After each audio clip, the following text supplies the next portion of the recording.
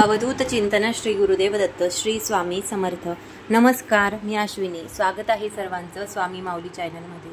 आजच्या व्हिडिओमध्ये आपण औक्षण कसं करावं, औक्षणाच्या ताटामध्ये काय काय साहित्य घ्यावं, औक्षणाचे महत्त्व काय असते, औक्षण कोणाकोणाचे केले जाते याबद्दल संपूर्ण माहिती आजच्या या व्हिडिओमध्ये जाणून घेणार आहोत। तर व्हिडिओ स्किप न करता शेवटपर्यंत नक्की बघा। चला तर मग व्हिडिओला सुरुवात करूया। तर आपल्या हिंदू धर्मामध्ये औक्षण हे विशेष मंगल प्रसंगी, एखाद्या शुभ कार्यामध्ये, विशिष्ट गोष्टीसाठी केले जात असते। थोडक्यात काय, शुभ प्रसंगी औक्षण हे आवर्जून केले जाते। आता जसे पाडव्याला आपण पती पत्नीचे औक्षण करत असते, भाऊबीजेला बहीण भावाचे औक्षण करत असते, त्याचप्रमाणे रक्षाबंधनला सुद्धा बहीण भावाचे औक्षण करत असते। त्याचप्रमाणे श्रावणामध्ये जिवतीची पूजा जेव्हा आपण करतो, तर जिवती मातेची पूजा करून झाल्यानंतर सुद्धा आपण आपल्या मुलांना ओवाळत असतो, मुलांना औक्षण करत असतो। अशा विविध मंगल प्रसंगी औक्षण हे आपण करत असतो। त्याचप्रमाणे आपण मानवासह प्राण्यांचे देखील औक्षण करतो। आपण गायीचे औक्षण करत असतो, बैलपोळ्याला बैलांचे औक्षण करत असतो। मागे त्यांचे आयुष्य वृद्धिंगत व्हावे असा त्याचा अर्थ होत असतो। औक्षणचा संस्कृतमध्ये उच्चार उक्ष असा होतो। उक्ष म्हणजेच काय, तर वृद्धी होणे। थोडक्यात काय, तर औक्षण हे आपण त्या व्यक्तीच्या आरोग्य वृद्धीसाठी करत असतो। औक्षणाचा थोडक्यात अर्थ काय, तर दिवा लावून निरांजन पेटवून एखाद्या व्यक्तीला आपण ओवाळत असतो। व्यक्तीला ओवाळणेच म्हणजेच औक्षण करणे। एखाद्या उत्तम क्षणाच्या वेळी सुद्धा आपण औक्षण हे आवर्जून करत असतो। एखादा व्यक्ती जर शुभ कार्य करून घरी परत येत असेल, तर आपण तो व्यक्ती घरी परतल्यानंतर सुद्धा त्या व्यक्तीचे औक्षण करत असतो। त्या व्यक्तीचे स्वागत हे आपण आनंदाने औक्षण करूनच करत असतो। आपण औक्षणाचे महत्त्व थोडक्यात जाणून घेऊया। देवांचा आशीर्वाद घेण्यासाठी औक्षण केले जाते असे म्हणतात। म्हणजेच काय, तर कोणतेही शुभ कार्य करत असताना अथवा शुभ प्रसंगी, मंगल प्रसंगी आपण एखाद्या व्यक्तीचे औक्षण करतो। पण आपल्या मनामध्ये सात्विक भाव ठेवून अगदी आनंदाने जर समोरच्या व्यक्तीचे औक्षण केले, तर देवांचा आशीर्वाद आपल्याला मिळतो। औक्षण करत असताना दिव्याच्या ज्या हलणाऱ्या ज्योती असतात, ह्या ज्योती वाईट गोष्टी शोषून घेतात, त्यांचा त्या नायनाट करत असतात।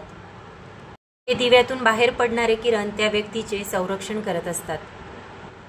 थोडक्यात काय तर आपण पेटवलेली निरांजनेची ज्योत ही वाईट नकारात्मक शक्ती जाळून टाकण्याचे काम हे निरांजन करत असते, म्हणजेच ही ज्योत करत असते असे म्हटले जाते। आता औक्षण आपण कोणाचे करत असतो? आपल्याकडे शुभ प्रसंग, शुभ कार्य असतात, लग्न असतं, वाढदिवस असतो। अशा शुभ कार्यात औक्षण करण्याची प्रथा आपल्याकडे आहे। लहान बाळ असेल, कुणी व्यक्ती असेल, युद्धावर जाणारे सैनिक असतील, देव, संत, महात्मे, पवित्र झाडे असतात, त्यांचे आपण पूजन करत असतो, त्यांचे औक्षण करत असतो, त्यांना आपण ओवाळत असतो। त्याचप्रमाणे महान कार्य करणाऱ्या स्त्रिया, पुरुष, नवजात बालके, भाऊ आणि नवदाम्पत्य इत्यादींना आपण ओवाळत असतो। म्हणजेच काय, तर त्यांचं आपण आनंदाने औक्षण करत असतो। आता औक्षणामध्ये आपण काय काय साहित्य घ्यावं बघा। सर्वप्रथम आपण एक तबक घ्यायचं असते, ज्याला आपण ब्राह्मण असं म्हणतो। तर हे आपण तांब्याचं घेऊ शकतो, तांब्याचं नसेल तर पितळेचं घ्या, चांदीचं घ्या, कुठल्याही धातूचं घेतलं तरी चालतं। तर आपण तबक घ्यायचं आहे, त्यामध्ये हळदी, कुंकू, अक्षदा, सोबतच समोरील व्यक्तीला ओवाळायला आपल्याला एक सुपारी आणि एक सोन्याची अंगठी आपल्याला घ्यायची असते। यासोबतच कापूस थोड्याफार प्रमाणात घ्यायचा असतो त्यांच्या डोक्यावर ठेवायला। आणि सर्वात महत्त्वाचं म्हणजे निरांजन। ह्या सर्व वस्तू आपल्याला निरांजनमध्ये घ्यायच्या असतात। तुम्हाला स्क्रीनवरती दिसत असेल अशा प्रकारे आपल्याला आपल्या सामनामध्ये ह्या सर्व वस्तू घ्यायच्या आहेत। यामध्ये आपण अंगठी आणि सुपारी जी आहे ती आपल्या उजव्या हाताला ठेवायची, जेणेकरून ओवाळणाऱ्या व्यक्तीला ओवाळताना सुपारी आणि अंगठी घेणे हे आपल्याला सोयीस्कर पडते। सोबतच निरांजन जी आहे तर ती आपल्याला अगदी मधोमध ठेवायची असते, जेणेकरून आपल्या हाताला निरांजनचा धक्का लागणार नाही। आणि सर्वात महत्त्वाचं म्हणजे मिठाईमध्ये आपल्याला एखादा गोडाचा पदार्थ घ्यायचा असतो। तुम्ही पेढा घ्या, बर्फी घ्या, आपल्याला हवा तो गोडाचा पदार्थ एक आपण घ्यायचा असतो।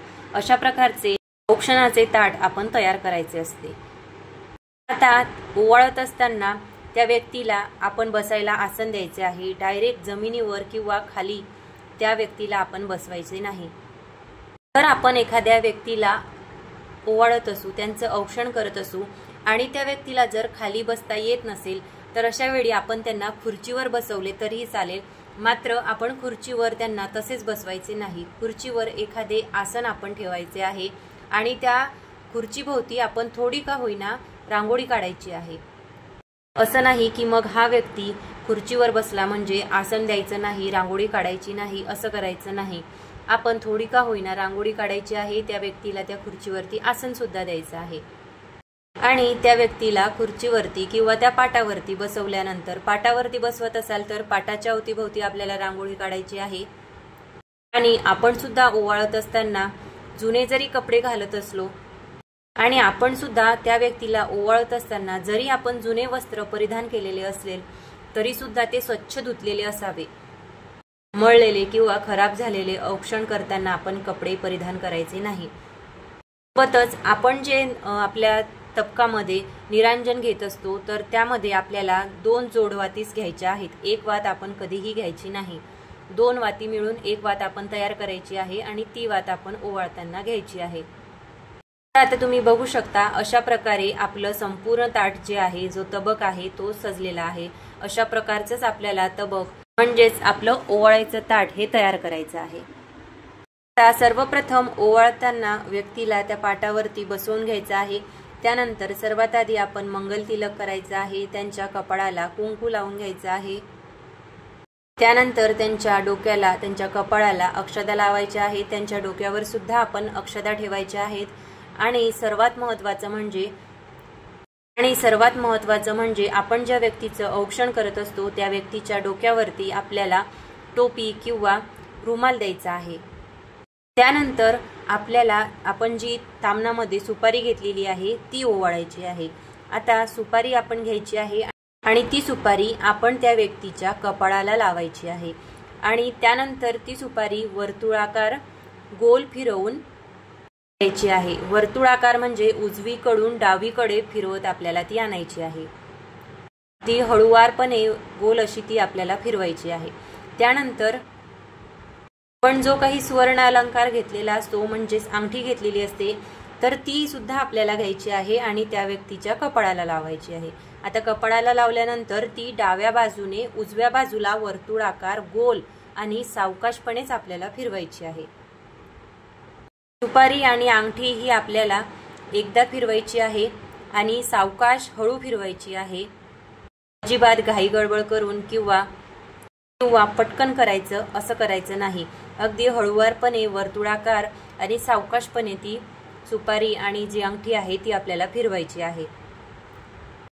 आता ओवाळून झाल्यानंतर आपल्याला तबकासह निरांजन सुद्धा सावकाशपणे वर्तुळाकार गोल फिरवायची आहे।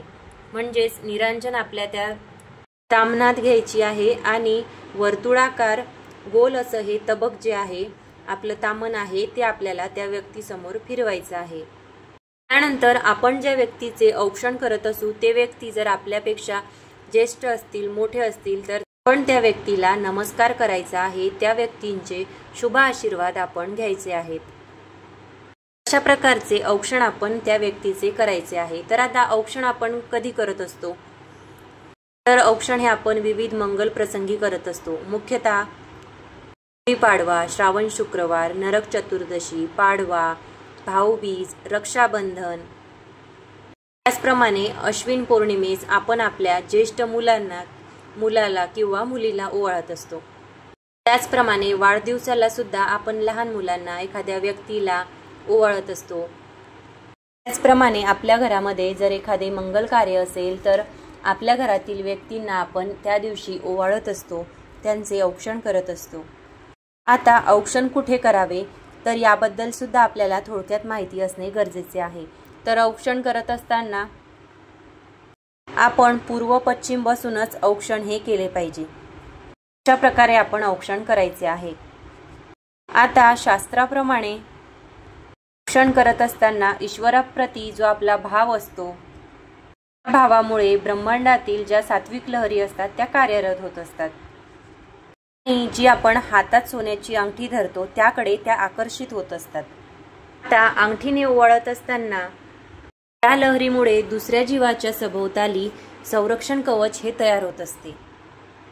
त्यानंतर ही सात्विक लहरींनी भरित अंगठी जेव्हा आपण ताम्हणामध्ये टेकवतो त्यावेळेस त्या अंगठीमधील लहरी त्या तांब्याच्या ताम्हणामध्ये आकर्षिल्या जातात। ताम्हणामधून ह्या सात्विक लहरी औक्षण करणाऱ्या व्यक्तीच्या हाताद्वारे त्याच्या शरीरामध्ये संक्रमित केल्या जातात। यामुळे औक्षण करणारा आणि औक्षण करून घेणारा या दोन व्यक्तींना सात्विक लहरींचा लाभ होतो। तर अशा प्रकारची ही औक्षणाबद्दल थोडक्यात माहिती होती, ती मी तुमच्यासोबत शेअर केली।